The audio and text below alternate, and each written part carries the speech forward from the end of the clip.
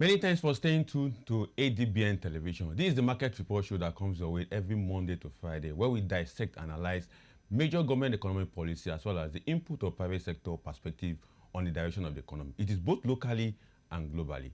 Meanwhile, our discussion today focuses on CBN monetary policy direction, primarily that focus on managing inflation by adjusting the monetary policy rate (MPR), essentially the benchmark interest rate to influence borrowing cost, overall money supply in the Nigerian economy. And when inflation is high, the CBN typically raises the MPR to discourage borrowing and cool down the economy, while lowering it during period of slow economic growth to stimulate borrowing and spending. Meanwhile, the key aspect of CBN monetary policy include that CBN main goal is to maintain stable price by controlling inflation through monetary policy adjustment. The CBN also uses the open market operation (OMO) to manage liquidity in the market by buying or selling government securities, further influencing interest rate. At the same time, the cash reserve ratio is another instrument of the CBN that is used by the CBN to determine the percentage of the deposit bank that must hold as reserve, affecting the ability to lend out money.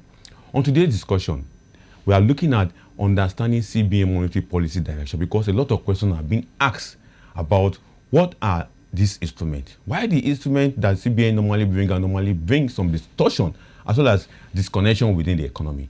I'll be joined by Dr. Adedeji Adeniran, Director of Research at Center for the Study of Economies of Africa, CISA, here in Abuja, who will be helping us to understand some of those instruments and the technicality to simplify it for our viewership.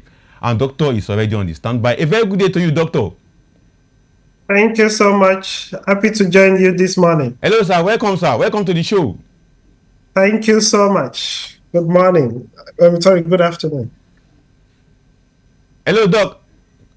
Can you hear me? Yes, I can hear you now. A very good day to you. Good day.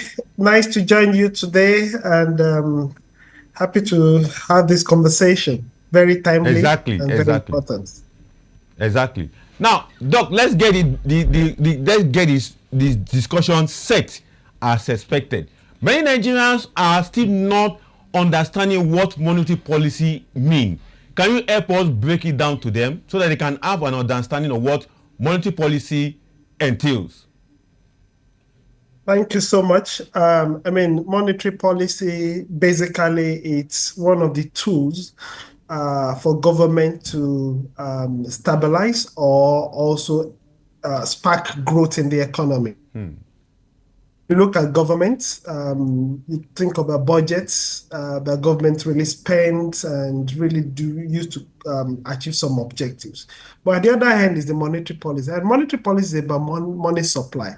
It's government control of money supply and also controlling of what it takes to get it, which is the interest rates that government use in order to ensure that the economy it's in a way that is not causing problem.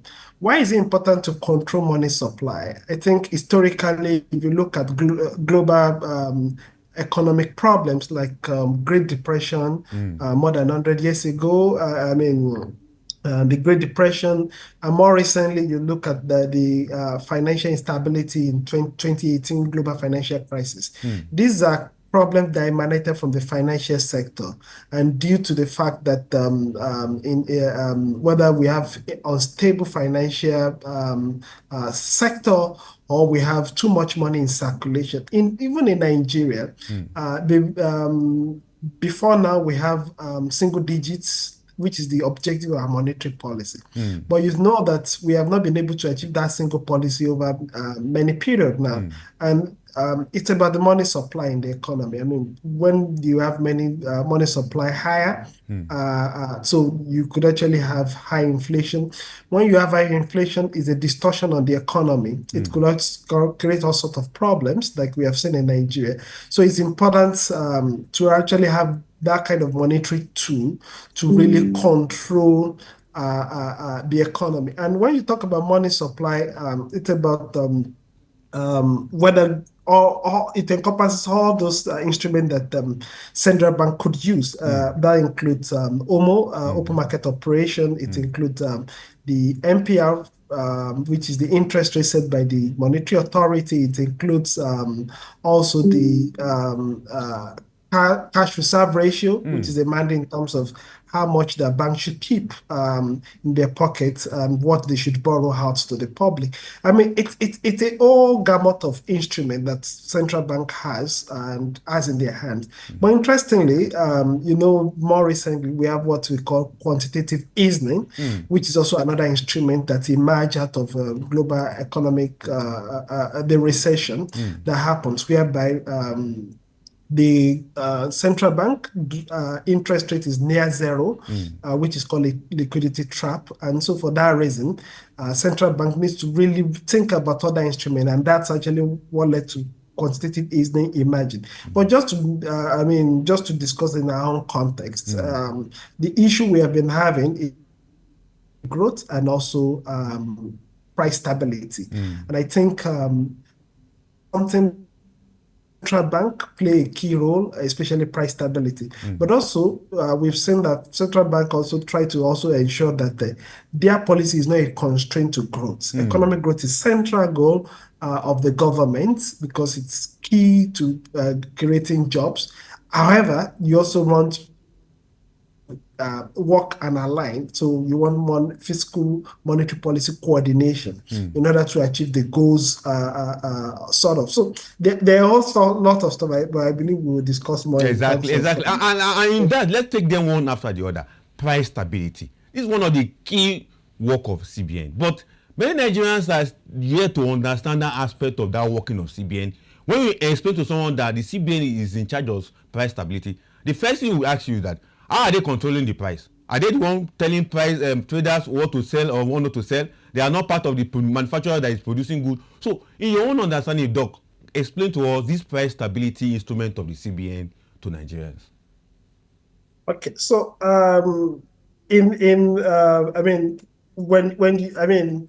one of the key roles of central bank is to really control the aspect of the economy regarding the price control. In fact, in most part of the world, that's like the only role of the IPACE bank.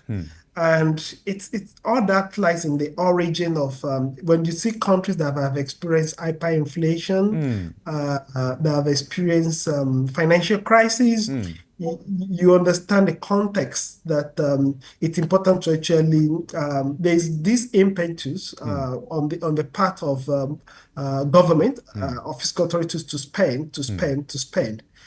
There's always demand, there's always development need, and there's also this temptation to print money in order to achieve it.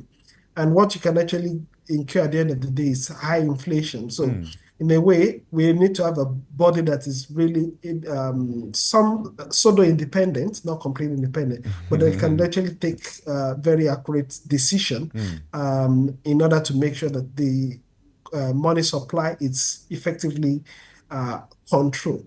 So when we think about price control activities of central bank, we're saying that price control is is linked to money supply. I won't really go to the extent of what Milton Friedman, the father of monetary economics, says, that inflation is always and everywhere a monetary phenomenon. What it means is it's money supply that causes all sorts of inflation. In Nigeria, I think we also have structural problems that really tends to really aggravate our problems around inflation. However, I think monetary problem plays a role. It's not a brainer that we've seen. There's been a lot of government printing money in Nigeria. There's been a lot of both expansionary monetary policy and fiscal policy. We've seen central bank in the past actually delving into developmental policy, which all are just really expansionary policy, and the result has been inflation that we experience. So I think what we mean in short around central bank controlling monetary policy is the fact that when the aspect money supply in the economy it's actually really lied with the central bank. And when they reduce the money supply in the economy, that really reduce overeating in the economy. That really reduce price inflation. However, I want to also make a strong case that in Nigeria, price control is not just 100% on central bank due to the structural factors we talked about. So there are cost push, there are demand pull, inflation. So some of these are really monetary phenomena. Some of it are actually structural issues, which means even when central bank can do its best, if we don't really also remove the structural issues, price control will be also a problem. I mean, it will still be a problem. Even when the central bank try to tighten the bets, it will still be a problem. So, and that's actually the emphasis that I was trying to mention in terms of fiscal monetary policy coordination.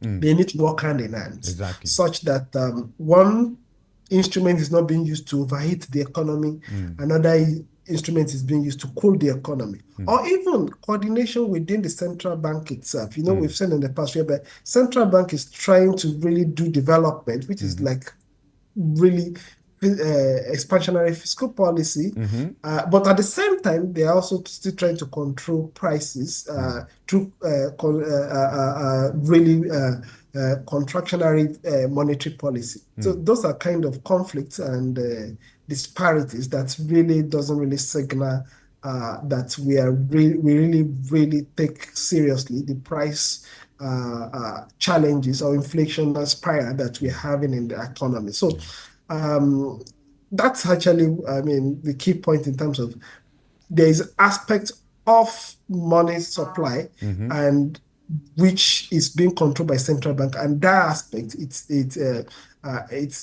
central bank has the instrument to really stem it, but it's not the only instrument that can really help in inflation in Nigeria. Exactly. Very fantastic from you, Doc. Now, when CBN came out with the 27.50 interest rate they released last week, a lot of Nigerians were like, under Cardoso, Dr. Yemi Cardoso, this is the sixth time, but this time around they maintain and they retain the 27.50. What was your own reaction? Because a lot of economists like you were like, is either the CBN maintain or they remain gradual at it, or they just do something magical. But what was your own reaction when you saw them came in and maintaining the entire parameter that was maintained, and it was called out last year, November or September, that they met last on NPR? I think during when I was speaking with some of my colleagues on this, one of my prediction is that this would likely be maintained, and the reason for my argument is the fact that I think two key developments that one is to track is the fact that there is a recent rebase of CPI, and of course that doesn't mean it affects the trend, but it shows a different dynamics. As a central bank authority, when you actually look at inflation, you are looking at not just the food core inflation, you are looking at the food, you are looking at non-food inflation, you are looking at different components and dimension of this inflation to see what is driving it. And so your intervention is not just how do I control money supply alone, but how do I also really speak to fiscal authority to correct some of these disparities? Now that we are looking at the different inflation with a new phase, so I mean, a little bit. So you want to really understand the trend a little bit over time before you actually start really doing a lot of your policies, such that you don't end up really implementing a new set of policies that would that will affect things. So you would want to really see the trajectory over time, and I mean maybe a little to see, okay, with the new state of things, with the new basket we are looking at, what is really the correct trend, and what is the correct policy responses that we need to do. So I think that is one reason that I believe this CBN try to really watch and see, but also they've done remarkably, even without even the rebasing. You see that the January inflation rate shows a decline. So, and I think if you have also looked at the litany of news in the public, there is a kind of story around that food prices is coming down a little bit.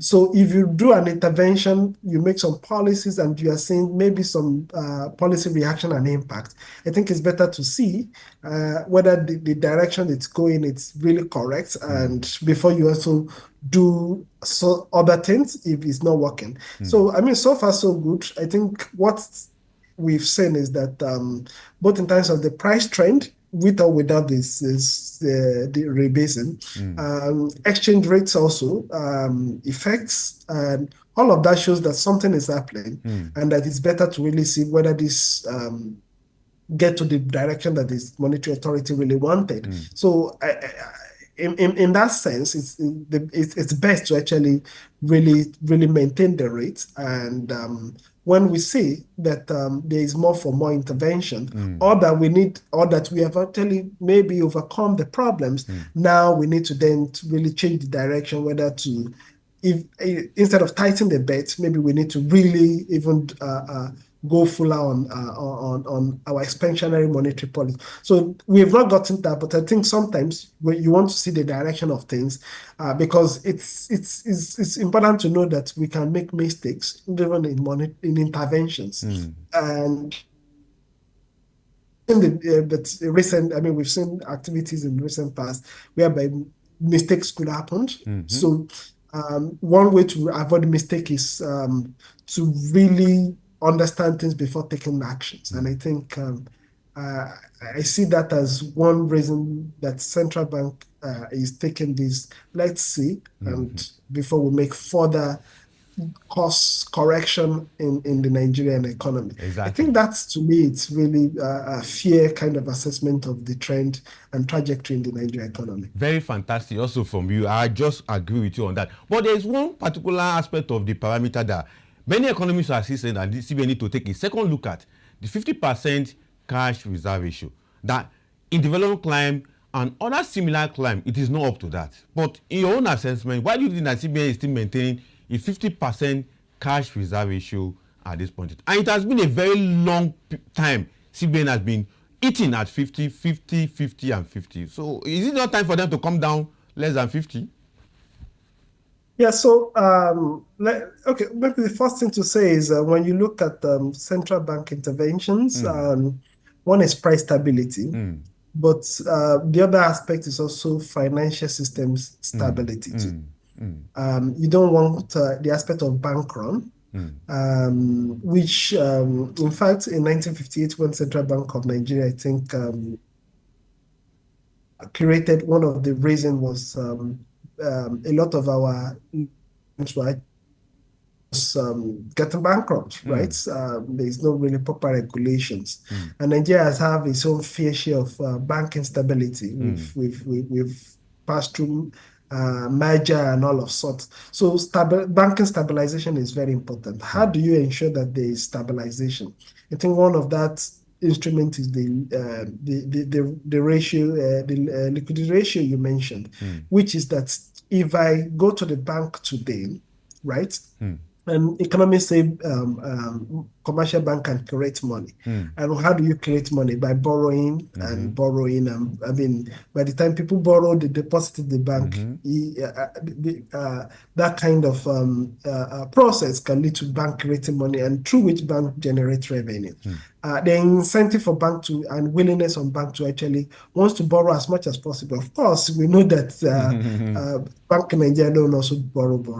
But in very specific respects, what the ratio is really trying to say is, if I deposit some amount of money in the bank would say, okay, based on the trend we've seen, people don't really come and collect their money. If there is bank run, everybody wants to get their money out. But without bank run, everybody, I mean, people just go about their normal business when they come when they need it. So you can actually do your number and say, okay, this is what we can stay or invest, right? And this is where we can really we as a bank can really be maintaining in order to meet the demand of customers. When you make it so high, it's for stability's sake, right? When you know maybe your bank can involved in too much risky activities, you want to make it so high. When you make it too low, you are relaxing the system. Again, I think I wouldn't. I mean, the issue of banking stability in Nigeria is we have tier system whereby there are big banks, there are medium, there are small banks. One problem a lot of people have pointed to maybe our CRR should be looking at that the ability to first also have banks that are moderates that don't actually need to have those big ratio to keep it and they will be effective. But I think it's still part of the conversation that monetary authorities just needs to have in terms of what best to really also support the real sector. We can't have a banking sector that is not well linked to the real sector. That's a major problem. So even without even this, we know that many banks don't really borrow to the real sector. And if we are not seeing that linkages, we are not going to see economic growth. We are not going to see development. So to me, I think it's more than even the cash reserve ratio. Even with what we have, it's not coming out.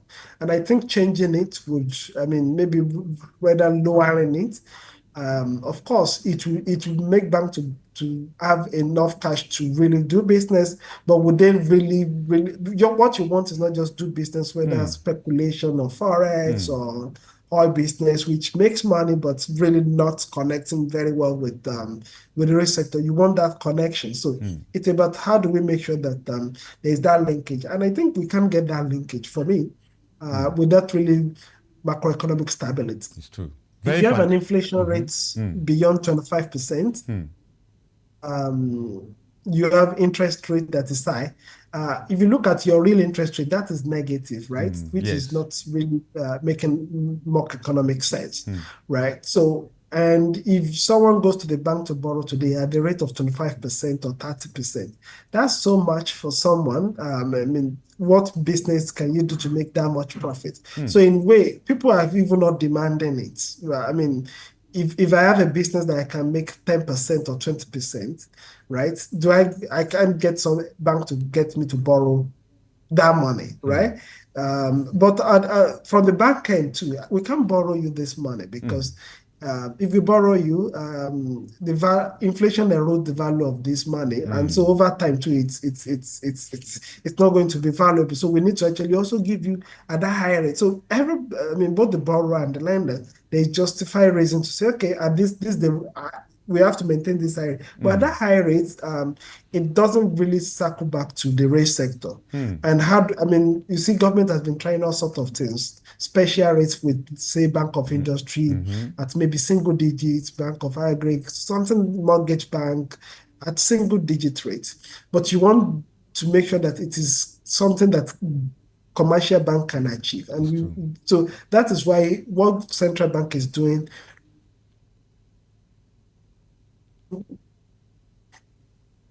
in the reason the interest rate will also not comes down, and with that we can really see better linkages between the monetary and the real sector. Fantastic, Doctor. Now let's quickly rush you through this particular one. That is the last leg of those three instruments: interest rate, cash reserve ratio, and the liquidity ratio. What's your take on the liquidity ratio? For a very long time now, following CBN policy for over 10 years, 30% for liquidity ratio. Has it been working very well for CBN to have liquidity ratio at 30%? And again, recent report by CBN said over 102 trillion naira is in circulation. Does it justify why they are still maintaining 30% liquidity ratio? Yeah, so so it's just connect to the conversation we're having. Just understanding the goal, the monetary policy authority goals. In a way, you have so one of the really problem that you tend to see is there is a trade-off. So, for example, let me give you a very typical trade-off that we talked of in monetary economics, which is if you, for example, talked about economic growth and inflation. There's what's called Philip curve, which is the fact that if you do if there's a trade-off between achieving this economic growth and monetary. I mean, if you push too much monetary expansionary policy, you will achieve economic growth, but you might also achieve higher inflation, right? So there is a very particular point whereby the more you push this expansionary monetary policy, you get economic growth, you get inflation. And you don't want to have the two. You want a situation whereby you're having growth, but you're also having very controlled price stability. That's a kind of trade-off. But it's not just only that. I mean, if you look at what you talked about, even in the liquidity market and everything, of course, liquidity, you think about financial system stability. But at the same time, you also want to think about not really you want to think about economic growth. I mean, Exactly. when you relax liquidity, it helps to really make decision. It can impact real sector with if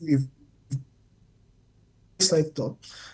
It has all sorts of things that it can help, but you always need to have a way of looking at bank stability, and you need to achieve your goals without really jeopardizing one. So that kind of trade-off is something that monetary authority must consistently try to balance.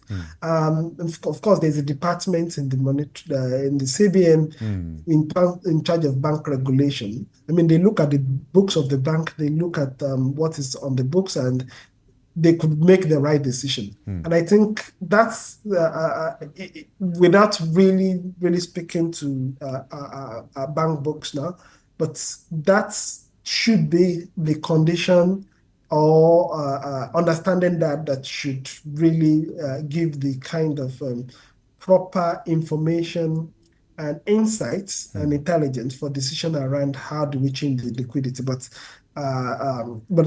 just to emphasize that central bank is always trying to really balance a lot of objectives. Exactly. Sometimes they are not working together, and it's important to really do what is right.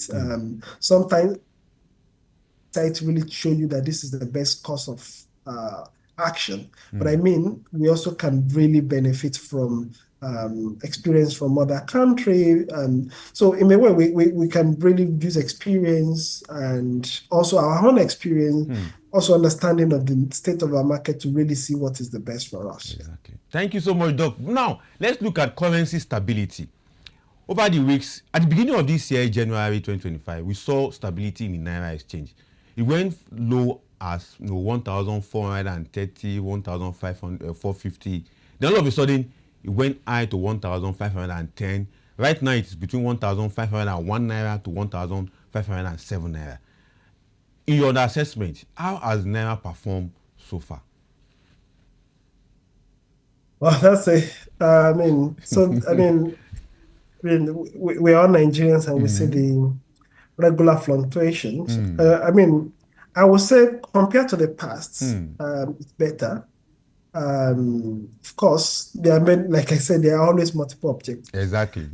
For exchange rate again, you can say, okay, you want exchange rate that is not too high for a country that was coming from the band around 350 to $1 before now having 1,500, and the implication for inflation.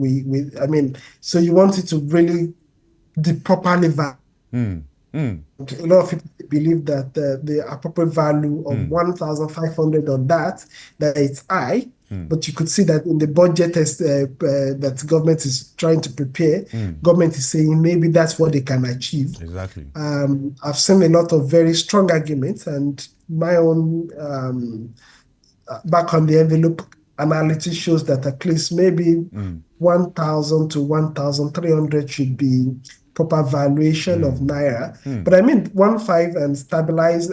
So So you want to say, okay, maybe can we bring it down? But more importantly, is you want to really close the gap between the black and the official rates, Exactly. which so in that sense, we've closed the gap, but coming right value of the naira and getting to the right value, we've not achieved that, but I mean, it's like a slow walk towards that goal.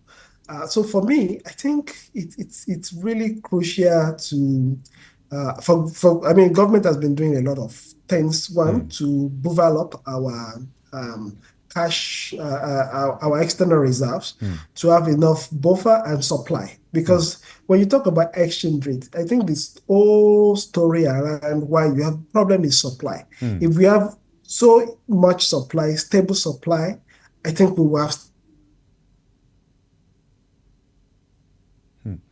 So we're expecting a better connection from them. I mean, you will get to the right value of your exchange.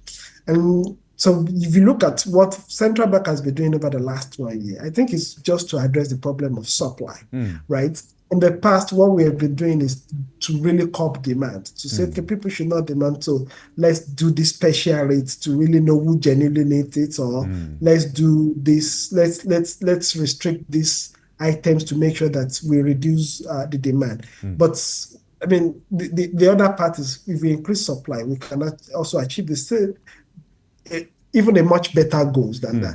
And actually, that has been what the central bank has been trying to achieve. So what we just hope for is if we can get to the direction in terms of proper valuation and stability. I think if we can get the two done, it will really help in the macroeconomic stability. I mean, the inflation problem we talked about, another economic in terms of when investors look at the EU economy, they want to see that stability too. I mean, if we can really, really get to that, I think it would help us a lot in really achieving most of our other goals. Inflation, really locking in more whether FPI, whether portfolio or direct foreign investment, that can really support all of those immediate good that can have really both not just long-term impact on growth, but even immediate impact as we lock in all of those prospects. Right. Very interesting from you, Doc. Now, as we begin to round up, you made mention about fiscal monetary policy collaboration. Most analysts normally find it difficult why the federal government of Nigeria and the CBN and Minister of Finance still find it difficult to have a linkage of these two. Fiscal monetary. In your own advice to the government, how could this be possible? Yeah, so I mean, monetary fiscal policy coordination. It's. I mean, if in a way, government intended that. If you look at the MPC committee, I think one member of it is the permanent secretary of the Ministry of Finance. There are also other government committees whereby monetary authorities and fiscal policy are always talking, right? So in a way, I mean, the starting point is to talk together, right? But the major goal is that their policy one policy must be supporting the other, right? Or they should have an alignment such that we should have our objectives. And when we talk about our objectives, let's have like what inflation rate are we targeting? What economic growth are we targeting? And what will be the role of fiscal authority in that? What will be the role of monetary policy? If we have that that's what the coordination about. I mean, it means meeting together, but it's beyond just having meetings. It's about actually having a very clear goal, I mean, in terms of policy objectives, and really clearly each of authority and monetary authority have a kind of set goals that really work to achieve that similar. So it's about working towards the same goal rather than really, I have goal of price stabilization, you have the goal of economic growth, and we just working at variance of that. It's about really having that alignment in terms of we are working towards the same objectives. Now, talking about CBN, their next meeting is May 19th and 20th of May 2025.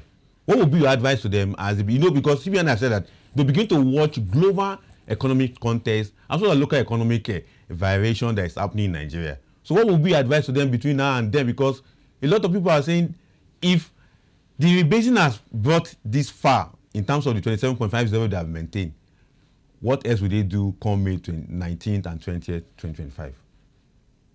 I don't think we should say the rebase has brought down inflation. I mean, it just changed the kind of the baskets that we start tracking. So in a way, let's see what that is. But like I said, it's better to really see the trends and everything.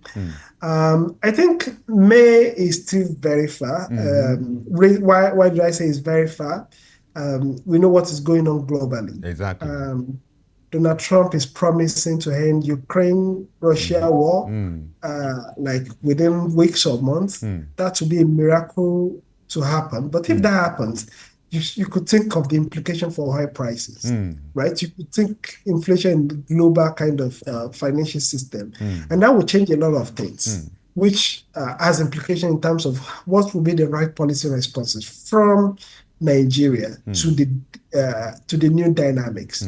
I mean, what the current trend just shows is that we are in geopolitically, there's still a lot of uncertainty, and some of the geopolitical trend shows something positive for Africa or oil-producing country like Nigeria. Some of them are not too good. I mean, combined, we just need to really see which one dominate in terms of the dynamics of the geopolitics and also the economic condition. Also, I mean, monetary authorities, before May, we would have had our budgets passed and implementation will kickstart. We're expecting more kind of expansionary fiscal policy. So it just then means that from the monetary end, you want to see what that will be. Will it really jack up inflation in a way? Or if it is really structural problem that the fiscal authority are correcting, if that will even further reduce the price instability in the country. So I think by the time we are seeing again in say May, I think the picture will be clear in terms of the global economy and also in terms of early indicators of what the implementation of our local budgets looks like. Exactly. And I think that would really shape the direction in terms of what I would just say, if I, as an advice, is we need to actually make evidence-based policy. Exactly. Right? Exactly. We need to really make that. And I think there is no debate. Better data is clear. That's why I don't always have the debate about whether government is rebasing. if governments believe that that's given a clearer and better picture of the economy, that's good. But if we want to convince us that that is really the good picture, we need to then all right, I've been speaking with information result in terms of greater direction for the economy. Exactly. Thank you so much, Dr. Adedeji Adeniran. It's a pleasure to have you on the show, and thanks for honoring us on the Market Report Show. I hope out of your busy schedule, we see call on you so that we can help us make an insight into some of the issues around Nigerian economy and African economy. Thank you so much, sir. Thank you so much. Really appreciate it. All right.